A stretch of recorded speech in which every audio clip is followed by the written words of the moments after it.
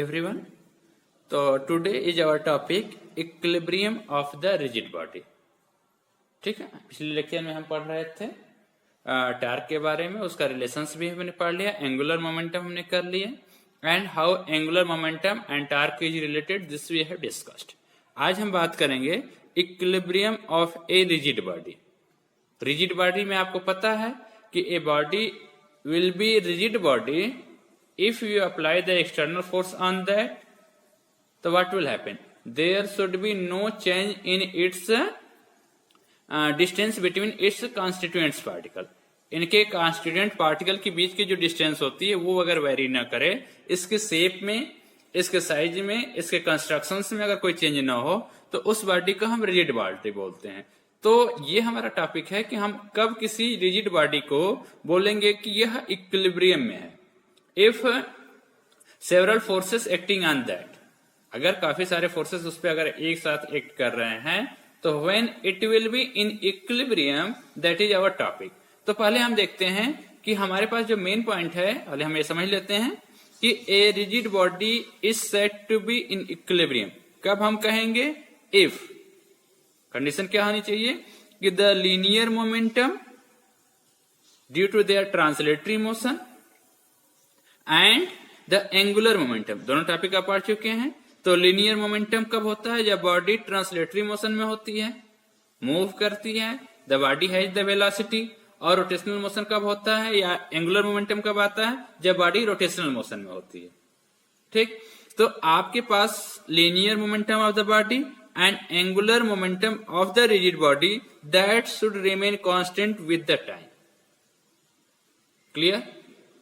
कि अगर ऐसा हो, अभी हम इसके मोर डिटेल में हम पढ़ेंगे दोनों को सेपरेटली, बट हम ये आपका जो मेन कंडीशन है कि a body is said to be in equilibrium and we are talking about the rigid body. तो a rigid body will be in equilibrium if its angular momentum and its linear momentum remains constant with the time or does not change with the time. एक word ये होता है. दूसरे word में अगर कहें कि अगर मान लीजिए लीनियर मोमेंटम अगर कांस्टेंट है, एंगुलर मोमेंटम कांस्टेंट है, तो मोमेंटम बराबर क्या होता है? Mass multiplied by velocity. तो वेलोसिटी शुड रिमेन कांस्टेंट, क्योंकि मास तो कांस्टेंट ही है, we don't have the problem. तो हमारे पास मास कांस्टेंट होना चाहिए, मतलब मास कांस्टेंट है. हमारे पास लीनियर वेलोसिटी और angular velocity that should remain constant. तो वो कब होता है वेलोसिटी कांस्टेंट? जब एक्सेलरेशन 0 हो. तो फॉर दैट दूसरे वर्ड में अगर हम इसको बोले तो क्या हो जाएगा? Linear acceleration and angular acceleration of this rigid body about its centre of मास. मतलब लीनियर मोमेंटम इसके centre of mass ACM and angular acceleration about any axis respectively would be 0. मतलब दो वर्ड में हम इसको समझ सकते हैं कि a rigid body will be in equilibrium if the linear momentum and the angular momentum both remains constant with the time, या its angular acceleration about any axis and its linear acceleration about its centre of mass that should remains 0. अगर ये 0 है then the body will be in equilibrium. Clear? अब इसको more detail में हम पढ़ते हैं. ये हमारे कंडीशन कब सेटिस्फाइड होंगी कि कब उसका लीनियर मोमेंटम कांस्टेंट होगा, कब एंगुलर मोमेंटम कांस्टेंट होगा, उसके लिए हमें पढ़ना पड़ेगा. तो हमारे पास ये मेन पॉइंट है कि a body will be in equilibrium. We are talking about the rigid body.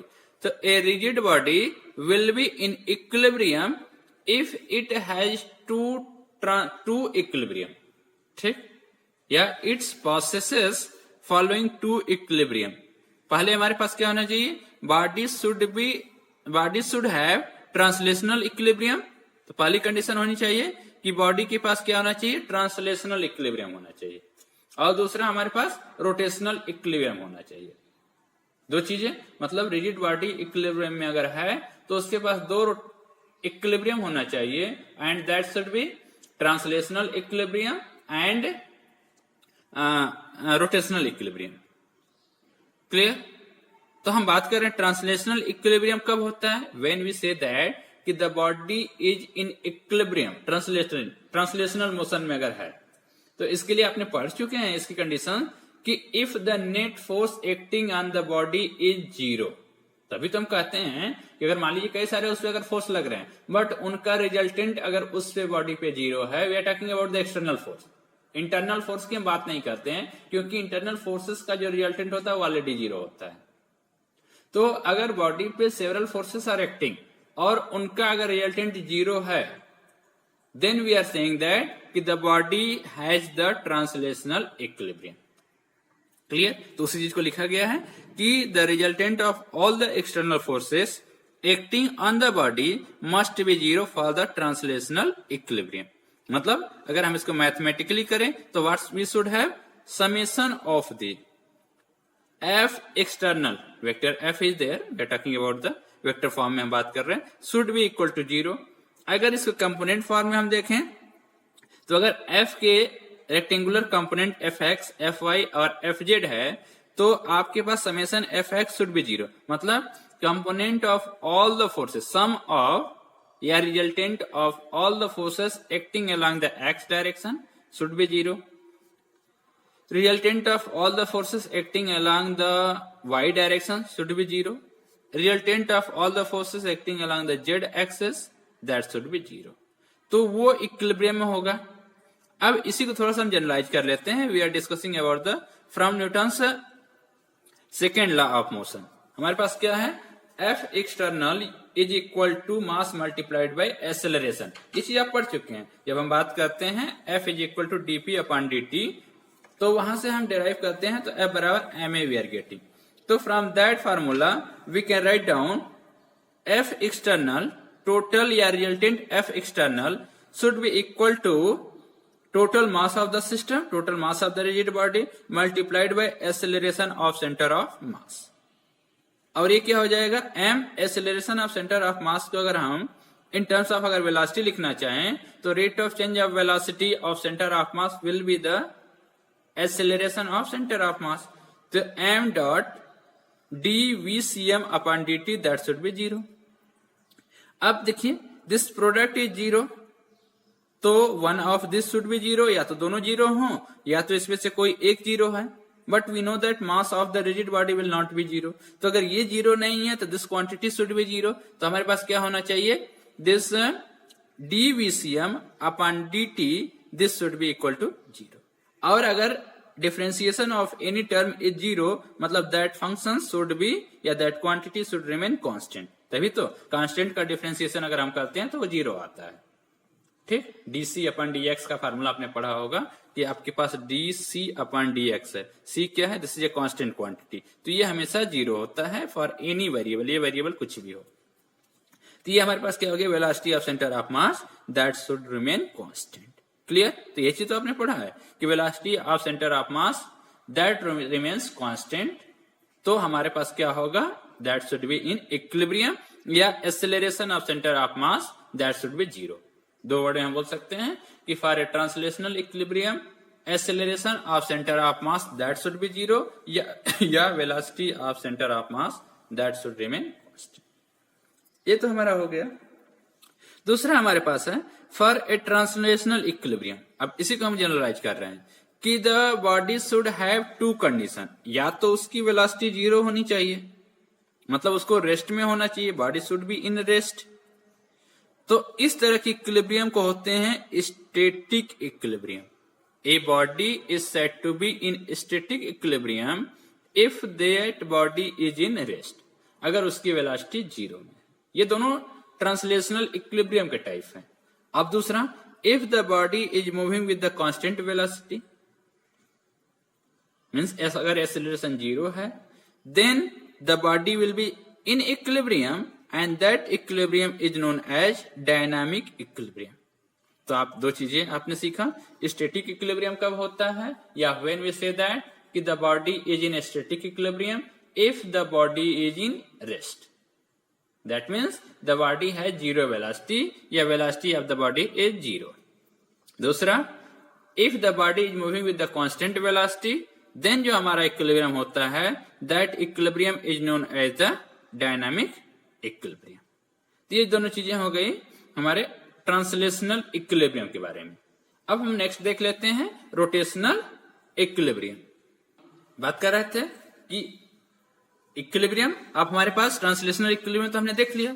Next दूसरा इक्विलिब्रियम क्या होना चाहिए बॉडी, रिजिड बॉडी के इक्विलिब्रियम के लिए, that should B rotational equilibrium. तो उसके लिए कंडीशन क्या होनी चाहिए, ध्यान दीजिएगा। सिमिलर टू दैट, वहां पे क्या होना चाहिए, net external force acting on the body that should be equal to 0। यहां पे हमारे पास क्या होना चाहिए, the resultant of all the torques, जितने भी उस पर टार्क लग रहे हैं due to the external force, all the forces acting on the body about any point must be 0। मतलब बॉडी को रोटेशनली इक्विलिब्रियम में होने के लिए the net torque acting on the body that should be equal to 0। मतलब अगर mathematically अगर हम बात करें तो sum of the total external torque, this should be, torque बराबर क्या होता है, आर क्रॉस एफ, तो this should be equal to summation r i cross F i. I में varies from the number of term, अगर 2 forces are there तो 1 and 2 होगा, 3 are there तो 1 2 3 हो सकता है, तो different values are given multiplied by F I external that should be equal to 0।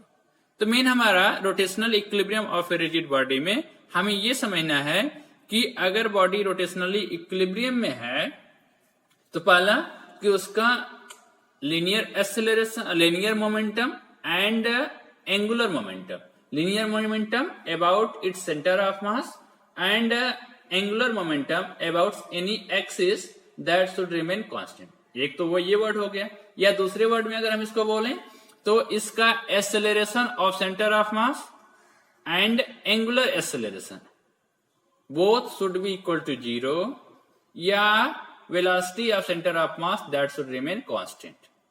ठीक, और जनरलाइज वर्ड में अगर इसको हम देखें तो a rigid body will be in equilibrium if it has 2 equilibrium. इसको ट्रांसलेशनल इक्विलिब्रियम भी होना चाहिए, mean sum of all the forces या resultant of all the forces acting on the body should be 0। और वहां पे हमने 2 इक्विलिब्रियम देखा, स्टैटिक इक्विलिब्रियम और dynamic equilibrium. For static equilibrium the body should be in rest, and for dynamic equilibrium the body should move with the constant velocity. Then the body should have the translational equilibrium, and for that the sum of the resultant of the total torque acting on the body that should be equal to 0। अब हमारे पास एक next topic है, उसको देख लेते हैं, kinds of the equilibrium. Different types of the equilibrium आप समझ लेते हैं, थोड़ा सा इसको वर्ड में समझ लेते हैं। तो हमारे पास पहला है स्टेबल इक्विलिब्रियम। 3 तरह के होते हैं, एक स्टेबल इक्विलिब्रियम होता है, एक अनस्टेबल इक्विलिब्रियम होता है और एक न्यूट्रल इक्विलिब्रियम होता है।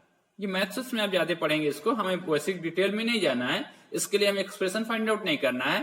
We should know the basic of this.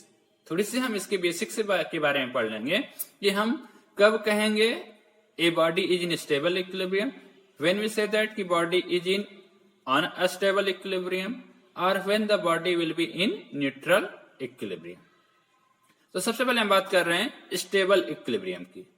समझिए इस चीज को कि a body is said to be in stable equilibrium if it tends to regain its equilibrium position after being slightly displaced and released। इस बात को समझ रहे हैं कि अगर किसी बॉडी को उसके इक्विलिब्रियम पोजीशन से थोड़ा सा भी अगर हम डिस्प्लेस्ड कर दें और अगर हम छोड़ें तो ये अपने ओरिजिनल इक्विलिब्रियम में चली जाए, इट्स रिगेन इट्स इक्विलिब्रियम।